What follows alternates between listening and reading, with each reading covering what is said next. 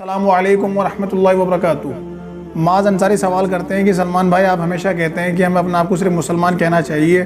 فرقوں میں نہیں بٹنا چاہیے، تو پھر اس حدیث کا کیا جس میں اللہ کے رسول نے فرمایا صلی اللہ علیہ وسلم کہ میری امت 73 فرقوں میں بٹ جائے گی؟ کیا آپ اس حدیث کو نہیں مانتے؟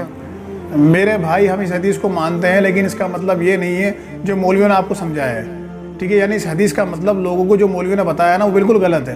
یعنی یہ جو حدیث ہے کہ اللہ کے رسول نے فرمایا صلی اللہ علیہ وسلم کہ قیامت سے پہلے میری امت 73 فرقوں میں بٹ جائے گی، تو ایک پیشن گوئی ہے۔ اس کا یہ قطعی مطلب نہیں ہے کہ آپ لوگ فرقے بنانا شروع کر دیں۔ یعنی آپ صلی اللہ علیہ وسلم یہ ڈرا رہے تھے لوگوں کو، دیکھنا جب فرقے بنیں گے تم لوگ ان میں شامل مت ہو جانا، ٹھیک ہے؟ یعنی آپ صحابہ سے وہ بات کہہ رہے تھے اور صحابہ کو اوپر رکھ کر امت تک یہ بات پہنچا رہے تھے کہ دیکھنا جب فرقے پرستی ہوگی،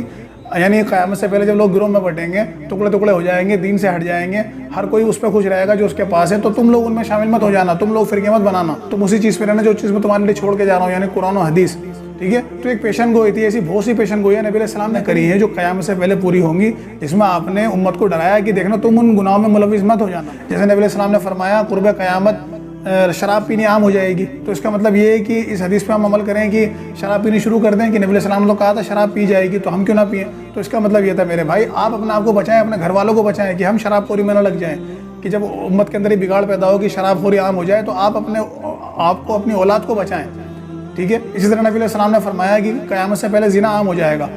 ٹھیک ہے؟ خوب زنا خوری ہوگی، تو اس کا مطلب یہ ہے کہ ہم زنا کرنا شروع کر دیں، ہم اس گناہ میں ملوث ہو جائیں۔ اس کا مطلب یہ ہے کہ آپ صلی اللہ علیہ وسلم نے آگاہ کر دیا کہ جب یہ کام ہوگا تو دیکھنا تم جو نیک لوگوں اس سے بچ جانا، ٹھیک ہے؟ ان برے لوگوں میں شامل مت ہو جانا، کبھی تم بھی ان کے ساتھ جہنم میں جاؤ اس عمل میں ملوث ہو کے،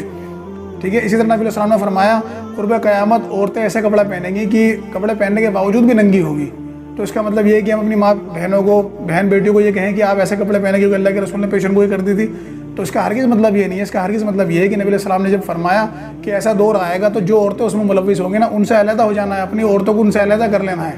ٹھیک ہے؟ کہ وہ جرم میں شامل نہ ہو جائیں، ان پہ قابو رکھنا ہے، ان کی احتیاط برتنی ہے۔ تو یہ آپ صلی اللہ علیہ وسلم کی جو پیشن گوئیاں تھی یہ ہم آگاہ کرنے کے لیے تھی تاکہ ہم ان گناہوں سے بچ جائیں، ٹھیک ہے؟ اسی طرح حدیث میں آتا ہے کہ اللہ کے رسول نے فرمایا صلی اللہ علیہ وسلم کہ قیامت سے پہلے ایک حبشی پتلی ٹانگوں والا کعبے کی اینٹ سیٹ بجا دے گا، کعبہ ڈھا دے گا اکیلا آ کر، تو کیا کوئی کالا حبشی اگر ہو تو وہ یہ کرے گا کہ جا کر کعبہ گرانا شروع کر دے کہ نہیں نبی علیہ السلام نے حدیث میں کہا ہے؟ تو میرے بھائی وہ تو بڑا بدبخت ہوگا،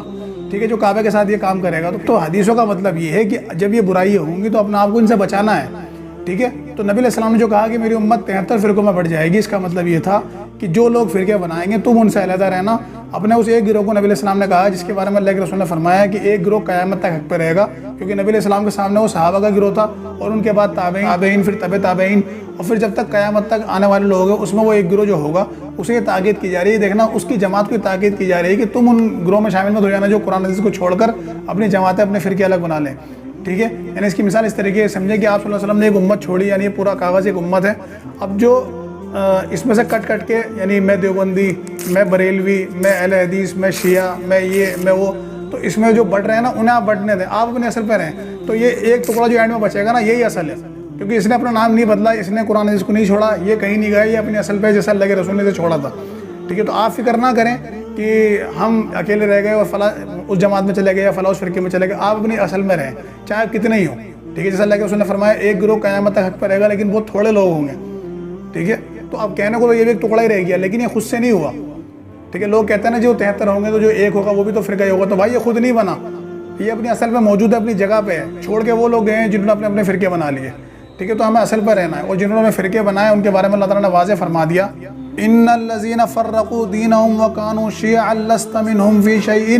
انما امرہم الی اللہ ثم ینبئکم بما کانوا یفعلون، بے شک جن لوگوں نے اپنے دین کو ٹکڑے ٹکڑے کر لیا اور گروہ گروہ بن گئے، آپ کا اے نبی ان سے کوئی لینا دینا نہیں ہے، ان کا معاملہ اللہ کے ساتھ ہے، اللہ تعالیٰ ان سے خود نمٹ لے گا، ٹھیک ہے؟ اس آیت کے اندر اللہ تعالیٰ فرما رہے ہیں کہ نبی جن لوگوں نے دین کے اندر ٹکڑے ٹکڑے کر لیے، گروہ گروہ بن گئے، ان کا آپ سے کوئی لینا دینا نہیں ہے، اللہ تعالیٰ آپ سے نہیں پوچھے گا انہوں نے یہ جو بھی کام کرا ہے، ٹھیک ہے؟ اللہ تعالیٰ ان سے خود نمٹ لے گا، ٹھیک ہے؟ تو قرآن تو منع کر رہا ہے کہ فرقوں میں نہیں بٹنا، اسی طرح اللہ تعالیٰ ایک اور جگہ ارشاد فرماتے ہیں وَاعْتَصِمُوا بِحَبْلِ اللَّهِ جَمِيعًا وَلَا تَفَرَّقُوا، اللہ تعالیٰ کی رسی کو سب مل کر مضبوط پکڑ لو اور فرقوں میں نہ بٹو۔ تو اللہ تعالیٰ تو قرآن میں حکم دے رہا ہے کہ فرقوں میں نہیں بٹنا، اللہ کی رسی کو مضبوطی سے پکڑنا ہے، اور اللہ کے رسول نے خود بتا دیا کہ اللہ کی رسی، یہ جو رسی ہے یہ قرآن ہے، تو فرقے بازی کو تو اللہ تعالیٰ حرام فرما رہا ہے، تو کیسے ہو سکتا ہے کہ نبی علیہ السلام کہیں کہ فرقے بناؤ؟ تو اس حدیث کا غلط مطلب مولوی نے لوگوں کو بتایا تاکہ وہ فرقے بازی کر سکیں، لوگوں کے ایمان خراب کر سکیں اور اپنی الگ الگ مسجد بنا کر لوگوں کے چندے بٹور سکیں، ٹھیک ہے؟ تو میرے بھائیوں اپنا آپ کو صرف مسلمان کہلائیں، ہم مسلمان ہیں اور مرتے دم تک ہمیں مسلمان ہی رہنا ہے۔ یعنی جو لوگ کہتے ہیں نا کہ ہم نام اس لیے رکھ رہے ہیں تاکہ لوگ پہچان سکیں، تو میرے بھائی کون پہچانے گا آپ کو؟ ٹھیک ہے، کیا دیوبندی نے اپنا نام دیوبندی رکھا تو بریلوی نے انہوں نے سچا مسلمان مان لیا؟ ٹھیک ہے، ان کے عقیدے سے ہی مان لیے؟ یا بریلوی نے اپنا نام بریلوی رکھا تو دیوبندیوں نے، اہل حدیثوں نے، شیعوں نے انہیں صحیح مسلمان مان لیا، ان کے عقیدے مان لیے؟ ٹھیک ہے، یا اہل حدیث نے اپنا نام اہل حدیث رکھ لیا تو کیا لوگوں نے ان کو مان لیا کہ یہ سچے مسلمان ہیں، توحید پرست ہیں؟ ٹھیک ہے، یا شیعہ نے اپنا نام شیعہ رکھ لیا تو لوگوں نے مان لیا کہ اہل حق ہیں؟ یہ تو آپس میں ایک دوسرے کو کافر کہتے ہیں۔ ٹھیک ہے، تو کسے بتا رہے ہیں آپ نام رکھ کے؟ تو میرے بھائی کسی کو نہیں بتانا، ہمیں اللہ کو بتانا، اور اللہ جانتا ہے ہمارا نام مسلمان ہے۔ اگر ہم سچے مسلمان ہوں گے تو ہمیں جنت میں ڈال دے گا، اور ہم نقلی مسلمان ہوں گے نا، چاہے نام کتنا اچھا ہم نے رکھا ہو تو جہنم میں پھینک دے گا۔ ٹھیک ہے، تو اپنے عقیدے قرآن حدیث کے مطابق کیجئے، آپ کے نام سے فرق نہیں پڑتا، آپ کے کام سے فرق پڑتا ہے۔ وآخر دعوانا الحمدللہ رب العالمین۔